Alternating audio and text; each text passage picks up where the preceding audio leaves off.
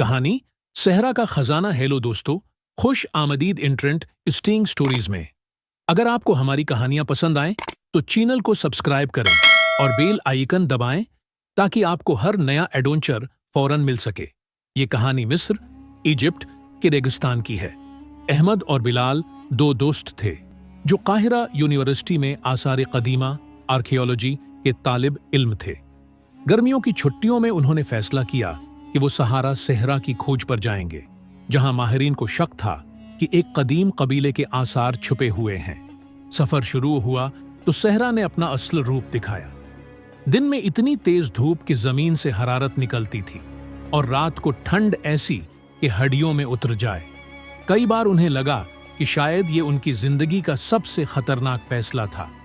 3 दिन तक रेत के टीलों और खाली मैदानों में घूमने के बाद वो एक ऐसी जगह पहुंचे जहां रेत का रंग बाकी सहरा से अलग था।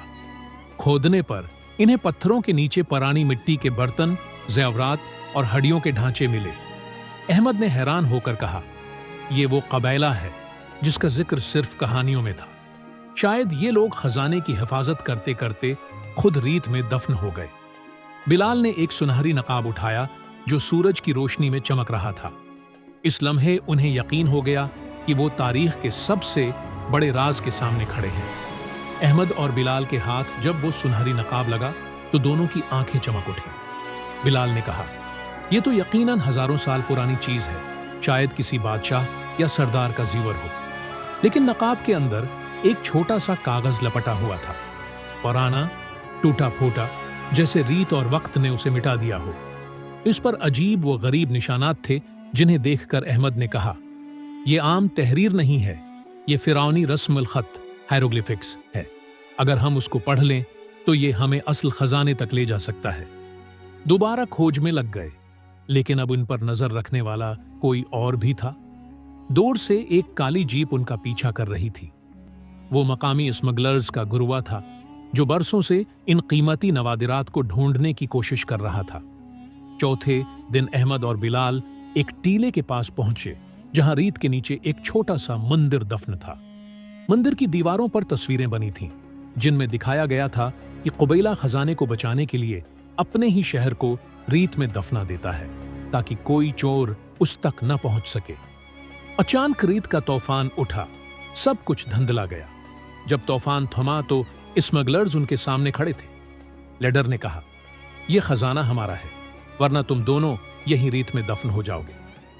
अहमद और बिलाल ने स्मगलर्स का सामना किया जो खजाने तक पहुंचने के लिए किसी भी हद तक जा सकते थे। अहमद ने बिलाल की तरफ देखा और सर हिलाकर कहा, हमने ये सफर खतरे के लिए नहीं बल्कि तारीख बचाने के लिए किया है। दोनों ने फौरी फैसला किया कि वो चालाकी से खजाना बचाएंगे। अहमद ने करीबी रेत के टीले का फायदा उठाया और नकाब समेत सब कुछ एक छोटी खाई में छुपा दिया। बिलाल ने स्मगलर्स को धोखा देने के लिए धोखाबाज हरकत की और उन्हें उलझा दिया। स्मगलर्स चंद लम्हे के लिए हैरान रह गए और अहमद व बिलाल ने वो मौका इस्तेमाल किया और तेजी से महफूज रास्ते की तरफ भागे। सहरा की गर्मी और रेत के तूफान ने भी उनका साथ दिया और आखिरकार वो काहिरा की सड़कों पर वापस पहुंच गए। अहमद ने कहा, यह खजाना सिर्फ सोना या जीवर नहीं था बल्कि कबीले की कहानी, उनकी मेहनत और तारीख है। उसे दुनिया के लिए महफूज रखना ही असल फतह है। बिलाल ने मुस्कुराकर कहा, और हम जान बचाकर भी तारीख के सबसे बड़े राज का हिस्सा बन गए। सबक आमूज लम्हा।